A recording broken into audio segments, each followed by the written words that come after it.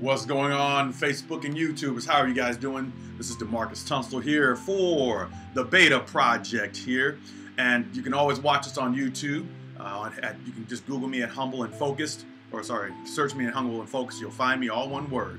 All right, so today, obviously, some of us are off of school because of Martin Luther King Day.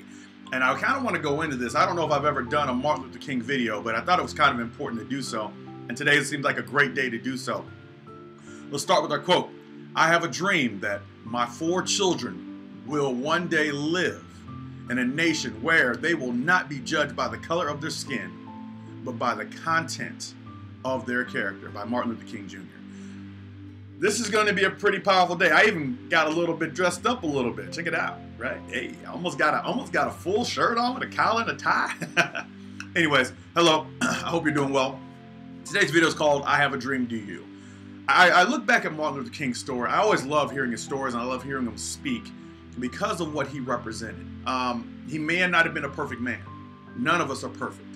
But the idea behind it is that he had a dream so strong that he was willing to die and sacrifice for it. He was willing to put himself on the line and go get it because it was such an issue that there was no other exception except for it to succeed.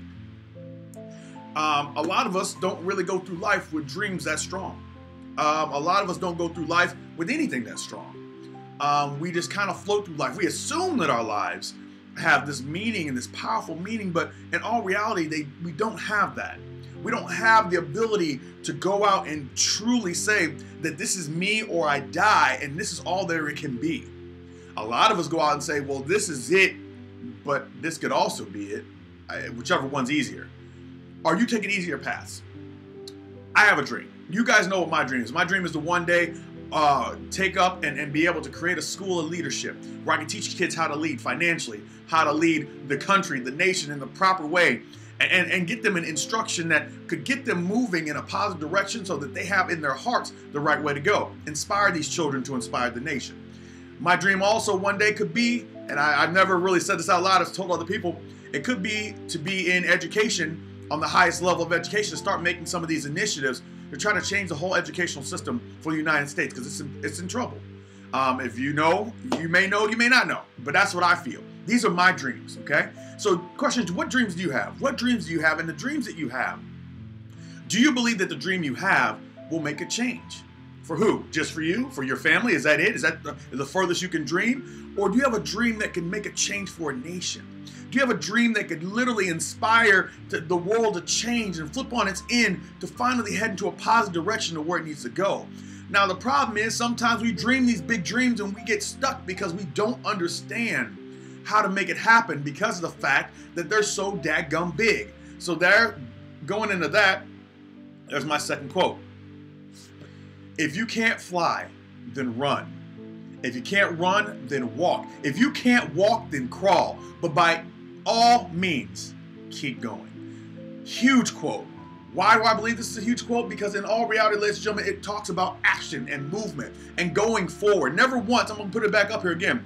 Never once in here does it say, hey, move backwards. Never once in this quote does it say, sit still, stand still, don't do anything. But it says, keep going. We are creatures of habit, right? But we are also creatures of movement. If we stop, we're kind of like sharks. If we stop, we start to atrophy in our dreams. If we stop the dreams, our dreams atrophy. Now, we're not talking about setting goals.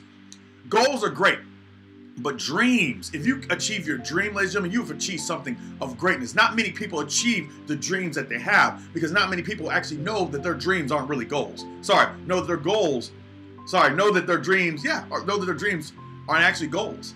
We set goals. We don't set dreams. Dreams will change. The nation will never achieve. Goals are things that we need to hit. Okay, we hit them, now we go to the next thing. But if you can achieve your dream, what's in your heart, what you've been on this earth, put on this earth to do, that's a whole different ballgame in itself. And in this quote, it says, look, man, it says, you got to keep moving.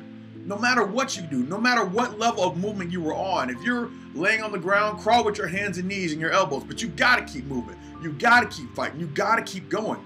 The world needs you to do that because the world needs what you have. Les Brown, I talk about this quote all the time. Les Brown says the most valuable place in the world is not in the mint and it's not in the treasury, but it's in the graveyard. And that's where all these dreams and things that the world needed of us went to die. And I don't want that for us. We are strong people. The fact that you're even listening to this message and you've still been on this message, listening to me, means that you have something inside you that you want to get out. And that's what I know to be true. I do this because there's something inside of me that wants to come out. So in all reality, if you weren't interested in what I had to say, you would have already turned off and gone to the next station. And if that's the case, I understand, and I apologize for wasting your time. But for those of you who have something inside of you that the world needs, that you know you can give to the world to make a change, this one's for you.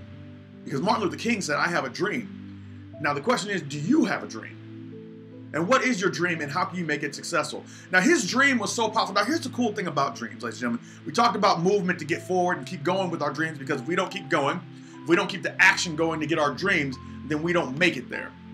So we always got to keep going. There's going to be trials and tribulations. There's going to be people trying to stop you and get in your way because they don't like what you're saying. You don't think Martin Luther King had opposition? I could go back to Selma if you like, but we're not going to go into that. We don't want to go to the negative place, but I want to go into a very positive place. So let me show you this. Okay, let me start this here. What I want you to see, ladies and gentlemen, is I wanted to kind of show you, this is the beginning of the Martin Luther King speech. I'm not playing the whole speech, but I want you to notice something. At the beginning of this speech and throughout the speech, they're going to kind of flash to Martin Luther King, who's saying his quote, his I Have a Dream speech. It's 5 minutes long. Feel free to Google it. It's an amazing speech to listen to. And in this speech, you will notice that he right there is standing there and he's preaching. And he's talking about how his dream and the dream that he has, and that he is standing. Now, what I want you guys to understand is that there's a couple pieces of this that are pretty important. One, out of all the things that Martin Luther King has done, he is standing in Washington, D.C. There's Lincoln right there. He's standing in Washington, D.C. giving a speech. Why is that important? Because his dream was small at first. It affected so many people that they had to get along. They had to get a bigger place. They had to go to some place prolific, and some place with high influence and affluence. And this is what I want you to see. I want you to see two things. One, with the location that he got. He got big enough in his dream that he was able to preach in Washington. The second thing I want you to see about this, and I want to start this over so you can see it. Right there. The color of the people that are in this audience are not just black or not just white. That means his dream surpassed the need of color, but into the need of what is true, what is right. And so this got to the point where his dream was so big that the color of your skin was irrelevant. The people sitting in here, blacks, could have been killed. The people in here, whites, could have been killed. Businesses could have been taken down. They could have been destroyed. But it was something more in them that made them realize that I cannot sit by any longer to let this injustice stand. And I think that's so big. So I want you to go back one more time, and then we'll get ready to end this here. Let's see here. Let's go back one more time to the starting one. It says, I have a dream that my 4 little children will one day live in a nation where they are not judged by the color of their skin, but the content of their character. I'm sitting in front of you as a black male. I'm sitting in front of you as somebody who's been through a lot of stuff. Very easily could have been judged. My character at one point in time was probably not the best, but I realized that if I wanted to make an impact in this world, I had to change the content of my character. And I had to want people to see me as the color of my, not as the color of my skin, but as the person I am trying to become and the people that I want to inspire. He also had a dream, that his dream surpassed the things that were holding most of the nation back. Most of the nation was tied together by the racial inequalities. But Martin Luther King says, I want them to be judged by the content of their character. And a lot of people are out there wasting the fact that their character matters. You're squandering your character by doing all these things and hanging around with the wrong people. I'm going to go into another video at another time, but I want you to think about this. Martin Luther King and Malcolm X did not really get along. They did not really go on the same path. The reason for that is because they stood for 2 different things. One wanted to do it peacefully, and one had another idea. The idea behind this, ladies and gentlemen, is that who you are with affects your character. If he would have had a whole bunch of Black Panthers behind him, people had been causing ruckus in the world, he wouldn't have been able to affect as many people, and he knew that. If you don't believe me, check out the movie Selma. It's pretty good. Or read about Selma. Either way. But the idea behind it is that as we go through, our character matters. We have been given a chance where this doesn't matter, or the color of this or any other color, red, black, purple, yellow, Latino, black, Asian, anybody. It doesn't matter, because our character is what is going to carry us to the finish line, not what we look like on the outside. Now, do we have problems about this still? Yes. Can we get through it? Eventually. But we can't sit down and sideline ourselves whenever the goal is at reach. He never got a chance to experience what his goal was. Many people who have a strong goal, like Gandhi, who had the goal that he had, and Martin Luther King had the dream that he had, they don't get to see that within their lifetime. And they knew that they would not get to see that within their lifetime, possibly. But the idea that was so strong that they had to do it whether they were going to be able to see it or not. Whether they would be alive to view the results of all their hard work or not. Is your dream strong enough that where you leave a legacy so strong that it continues 10 to 100 years afterwards? You know, or are you going to be the kind of person that whenever you die, your legacy and your dream is going to die with you? That's what I need you to think about, ladies and gentlemen. The dreams that we have in ourselves are powerful, but it's up to us to put the action in to ignite them to go to the next level. And so I have one more thing, and then I'll let you go here. And it's the last and final quote here. Faith is taking the first step even when you don't see the whole staircase. Ladies and gentlemen, we are at a precipice right now where we get a chance to affect the world as we see it. Social media and all these other avenues have given us a voice where there was none at one point in time. It's connected us to the rest of the world. We, no matter your age or your color or your creed, have been given an opportunity to share with the world the message that's inside of us.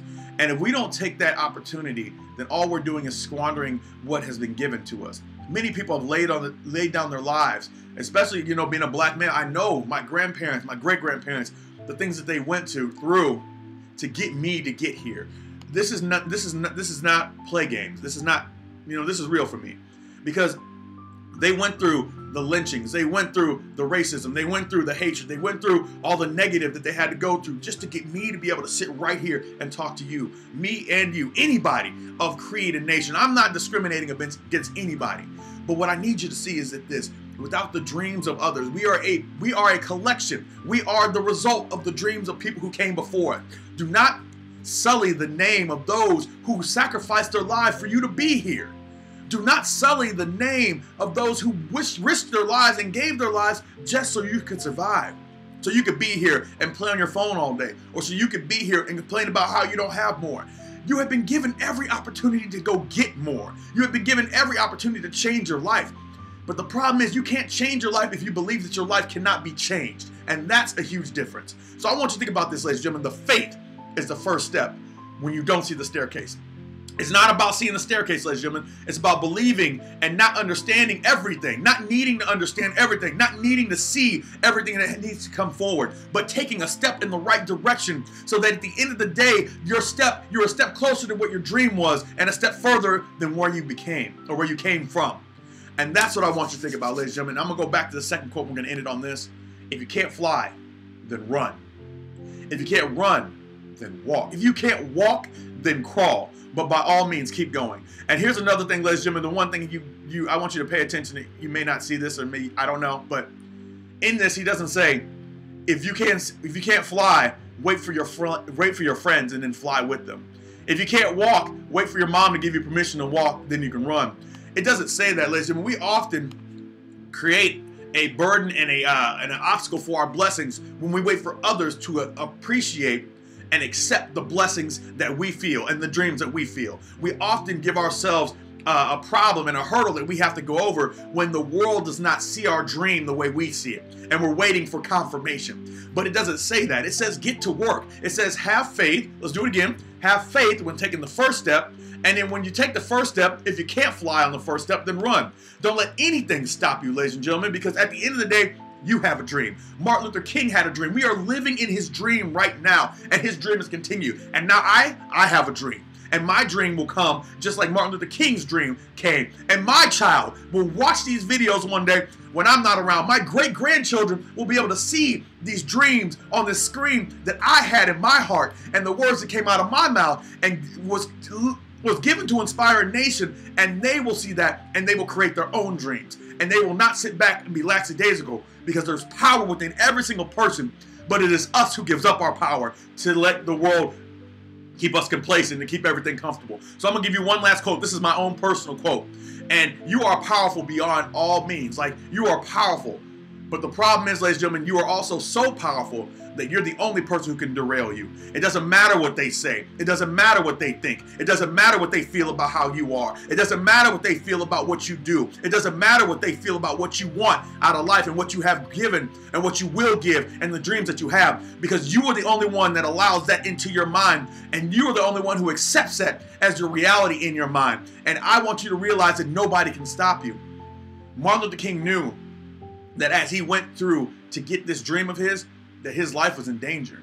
The people that are side by side with him in all the marches, and the people that are side by side with him in all the speeches, and the people that are there with him, they understood their lives were also in danger. But they realized something. They realized that the power of you and me being able to sit side by side, grabbing the hand of a white person, grabbing the hand of an Asian person, all of us sitting in the same room collectively and judged on our character and our intelligence and our integrity and our fortitude and all these different things were more important than the lives that they had right now. Are you that strong? Are you strong enough to realize that, yeah, your dreams are great, but there is something bigger than you? Or are you the end-all be-all in your world and you're not willing to sacrifice for those to come? If that's the case, ladies and gentlemen, I can tell you right now, your legacy will die with you. And that's not what we want here. We want your legacy to be empowered. We want the strength that you have within you. And I don't know where all this is coming from. I guess I'm channeling my inner Martin Luther King, but in all reality, ladies and gentlemen, you are powerful beyond belief. But only you can stop you. You derail you. That's all I have to say. I have a dream. Martin Luther King had a dream. Do you? And what are you willing to give to get it? All right. I believe and I love in each and every single one of you. If that isn't evident in this video, I don't know what to tell you. But thank you very much for joining me here today, and I really hope you got something from this. The world needs us. The world truly needs us. And every day that we sit on the sidelines and we don't give our voice, and we don't speak our truths, and we don't allow our dreams to take into fruition, is another day that somebody suffers. It's another day that somebody isn't able to achieve what they want because they feel so downtrodden and stepped on that they cannot move to the next level. You have the ability to inspire. You have the ability to change this world. The question is, will you sit on it and let your dream die? Or will you stand up and let your dream live? Thank you very much. I will see you tomorrow. Happy Martin Luther King's Day.